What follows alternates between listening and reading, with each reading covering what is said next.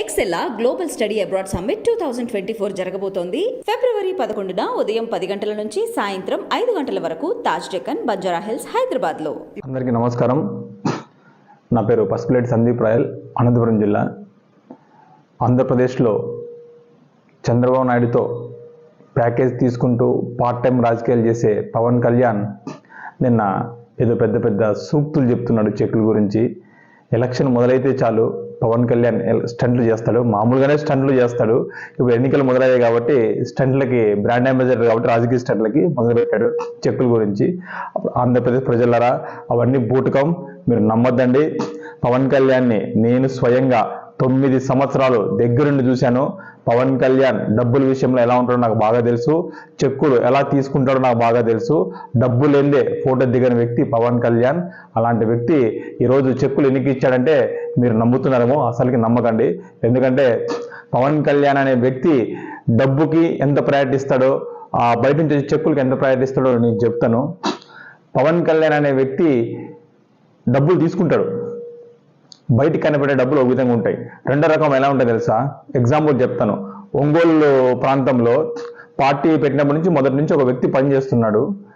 ఆ వ్యక్తి 1 లక్ష రూపాయలు డబ్బులు ఇస్తే అవి ఎవరి అకౌంట్లో పడాలి? పవన్ కళ్యాణ్ పార్టీ పవన్ కళ్యాణ్ అకౌంట్లో పడాలి. పడితే కానీ ఎవరి అకౌంట్లో పడ్డాయి? మీకు అందరికీ అర్థమయ్యే విధంగా చెప్తున్నాను. ఇప్పుడు టీడీపీ మన అక్కడ విజయవాడలో జనసేన టీడీపీ అలయన్స్లో పోటీ చేయాలనుకుంటున్న వ్యక్తి అకౌంట్లో పడ్డాయి. అంటే దాని మీనింగ్ ఏంటి? చెక్కులు దుర్వినియోగం కదా. అంతేకాకుండా పార్టీ కార్యాలయంలో దుర్వినియోగమైన చెక్కుల వివరాలకు సంబంధించి బయటకు తెలుస్తాయన్న ఉద్దేశంతో పవన్ కళ్యాణ్ ఎవరు లేని సందర్భంలో తన పార్టీ కార్యాలయాన్ని తనే కాల్చుకున్న చరిత్రలో హీనుడు పవన్ కళ్యాణ్ అని కూడా ఈరోజు నేను చెప్తున్నాను. ఎందుకంటే నిజంగా మన ఇంట్లో చిన్న విషయం ఏదైనా జరిగితేనే మనం పోలీస్ కంప్లైంట్ ఇచ్చి దాన్ని ఇన్వెస్టిగేషన్ చేస్తాం. ఈరోజు హైదరాబాద్లోని ప్రశాసన్ నగర్లోని జూబ్లీ హిల్స్లోని పార్టీ కార్యాలయం అకౌంట్ సెక్షన్ కాలిపోతే పవన్ కళ్యాణ్ ఈ రోజు కూడా దాన్ని ఇన్వెస్టిగేషన్ చేయలేదు. ఆ రోజు నేను పవన్ కళ్యాణ్ దగ్గర పనిచేసేటప్పుడు దాన్ని ఇన్వెస్టిగేషన్ చేయాలని పట్టుబడితే పవన్ కళ్యాణ్ బండారాలు మొత్తం బయట పడతాయని నన్ను బయటకు పంపించాడు పవన్ కళ్యాణ్.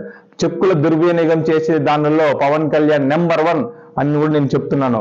ప్రజల సొమ్ముని దోచుకుంటున్న వ్యక్తి ఒక బ్లాక్ మెయిలర్ పవన్ కళ్యాణ్. ఎందుకంటే స్వయంగా నాకు తెలుసు అని కూడా నేను ఈరోజు చెప్తున్నాను. ప్రజలారా, పవన్ కళ్యాణ్ అనే వ్యక్తి ఒక ఎలక్షన్ స్టంట్ మాత్రమే చేస్తాడు. నిజంగా పవన్ కళ్యాణ్ చిత్తశుద్ధి ఉంటే, పవన్ కళ్యాణ్ నిజంగా నేను చెప్పిన విజయం అయితే, చెక్కులు ఎవరిచ్చారో, ఎవరికి ఎన్నికి పంపించారో పవన్ కళ్యాణ్ నువ్వు విడుదల చేయి. నేను నీకు సూటుగా చెప్తున్న క్వశ్చన్ చేస్తున్నాను. నిన్న నువ్వు చెక్కులు ఎవరికి ఎన్నికి పంపించావు, వాళ్ళ పేర్లతో సహా మొత్తం రిలీజ్ చేయడానికి నువ్వు చేయలేదు. ఎందుకంటే అది ఫేక్ అని నీకు తెలుసు. ఇంతకుముందు పని చేసినాను కాబట్టి నువ్వు ఎలా ఎలక్షన్ స్టంట్లు చేస్తావో నాకు తెలుసు. ఇప్పటికైనా మానుకో నీ ఎలక్షన్ స్టంట్లు. ప్రజలందరూ కూడా చాలా చైతన్యవంతులు. లాస్ట్ టైమే నువ్వు కుప్పగంతులు వేసినావు ఎలక్షన్ మూమెంట్లో. హెలికాప్టర్లో నాకు అయిపోయింది, నేను హెల్త్ బాగాలేదని చెప్పావు. అయినా ప్రజలు నువ్వు ఒక డ్రామా ఆర్టిస్ట్ అని ప్రజలు నేను తిప్పికొట్టారు. ఇప్పుడు నువ్వు మళ్ళీ ఇలాంటి ఎలక్షన్ స్టంట్లు వేస్తున్నావు, ప్రజలను నమ్మారని కూడా మేము చెప్తున్నాం. అంతేకాకుండా చెక్కుల గురించి నువ్వు మాట్లాడతావు నాయన. దొంగ చెక్కులు, దొంగ డబ్బుల్ని దుర్వినియోగం చేసినాడు నెంబర్ 1 నువ్వు. పవన్ కళ్యాణ్ హ్యూమన్ ఎక్సలెన్స్ అని పెట్టావు.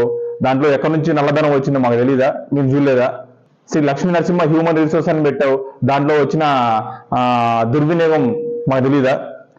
మరి నీకు వచ్చిన జనసేన చెక్కులు, నువ్వు చెక్కులు ఇచ్చేటప్పుడు నీ జనసేన పార్టీ పేరు రాసుకోవాలి, కానీ వితౌట్ జనసేన పేరు లేకోకుండా నువ్వు ఎలా చెక్కులు తీసుకుంటావు? ఆ చెక్కులు పవన్ కళ్యాణ్ హ్యూమన్ ఎక్సలెన్స్ లేక ఎందుకు వేసావు? శ్రీ లక్ష్మీ నరసింహ హ్యూమన్ ఎక్సలెన్స్ లేక ఎందుకు వేసావు? ఇంకా నీ పార్టీలో ఉన్న నీ దొంగల ముఠాల అకౌంట్లకి ఎందుకు వేపించావు చెప్పు పవన్ కళ్యాణ్. అవి కూడా బయట చెప్పు.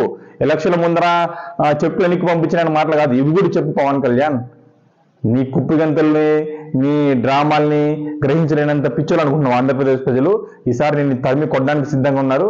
ఖబర్దార్ అని కూడా మేము తెలియజేస్తున్నాం.